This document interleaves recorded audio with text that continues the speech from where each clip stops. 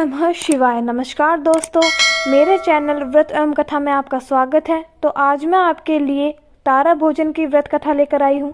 कथा सुनने के बाद मेरे चैनल को लाइक, शेयर, कमेंट और सब्सक्राइब करना ना भूलें। सब्सक्राइब करने के बाद बेल आइकन को प्रेस करें ताकि मेरी वीडियो की नोटिफिकेशंस आपके पास सबसे पहले पहुँच सके। तो आइए, व्रत कथा कुछ इस प्रकार है।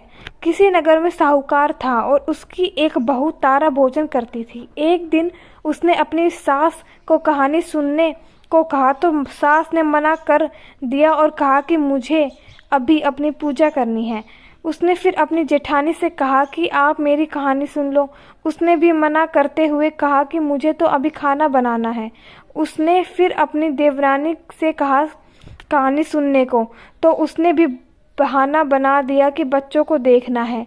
उसने फिर अपनी ननद को कहानी सुनने के लिए कहा तो उसने भी मना कर दिया कि मेरे ससुराल से मेरा बुलावा आ गया है और मुझे जाने की तैयारी करनी है। वह राजा के पास भी गई कि मेरी कहानी आप ही सुन लो, तो राजा ने कहा कि मुझे तो व्यापार देखना है, कहानी का समय नहीं है। उसकी यह मनोदशा देखकर भगवान उसके लिए स्वर्ग से विमान भेजते हैं। स्वर्ग से विमान आया देख उसकी सास भी भागकर जाने के लिए आती है, लेकिन बहू मना कर देती है कि आपको तो पूजा करनी है। फिर जेठानी आती है तो तब वह कहती है कि आप कैसे चलोगी, आपको तो खाना बनाना है। देवरानी आती है तो उसको भी वह मना कर देती है कि तुम अपने बच्चों का ख्याल रखो। ननद आती है तो वह कहती है कि तुम्हें तो ससुराल जाने की तैयारी करनी है, तो तुम वह करो। राजा जी आते हैं तो कि मैं चलता हूँ तुम्हारे साथ, लेकिन बहू कहती है कि तुम्हें तो कारोबार संभालना है तो उसे संभालो। आखिर में पड़ोसन आती है और कहती है कि बहन मैं तुम्हारे साथ चलूँ। तब बहू कहती है हाँ तुम मेरे साथ चलो, क्योंकि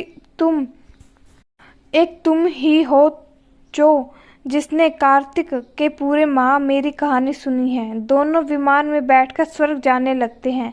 तभी रास्ते में ही बहू को अभिमान हो जाता है कि मैंने कार्तिक के पूरे महाव्रत किया और कहानी कही, इसलिए मुझे स्वर्ग का वास मिल रहा है। लेकिन मेरी पड़ोसन ने तो कहानी केवल सुनी है, व्रत नहीं किया, फिर भी मेरे वजह से इसे भी स्वर्ग का वास मिल रहा है। बहू ये विचार मन में सोचते जा रही थी कि अचानक भगवान ने वही से उसे विमान से नीचे फेंक दिया। उसने पूछा कि भगवान मेरा अपराध तो बता दीजिए कि आपने ऐसा क्यों किया। भगवान बोले कि तुझे अभिमान हो गया है, इसलिए तू यही धरती पर रह। अब तू आने वाले 3 साल तक तारा भोजन व्रत करेगी, तभी तुझे स्वर्ग की प्राप्ति होगी। धन्यवाद।